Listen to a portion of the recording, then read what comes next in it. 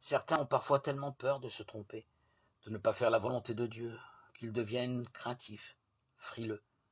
Ils n'osent prendre aucune initiative, vivent dans l'attente permanente que la volonté de Dieu leur soit manifestée de façon éclatante et s'installent dans une forme de peur, de fausse soumission. Cependant, c'est leur volonté qui va mettre en œuvre la volonté de Dieu.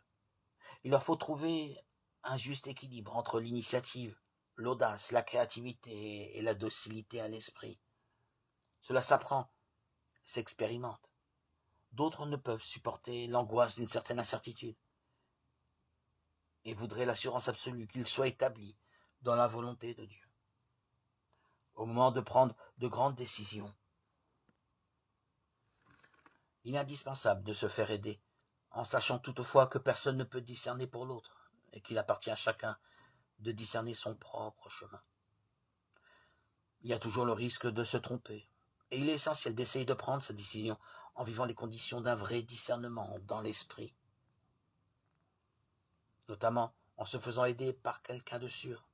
Si nous demeurons disponibles, nous pouvons être certains que la sagesse et l'amour de Dieu nous remettront sur les bons rails.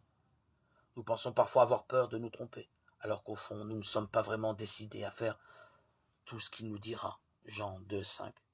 Et notre mal-être vient souvent de notre résistance aux indications de l'esprit.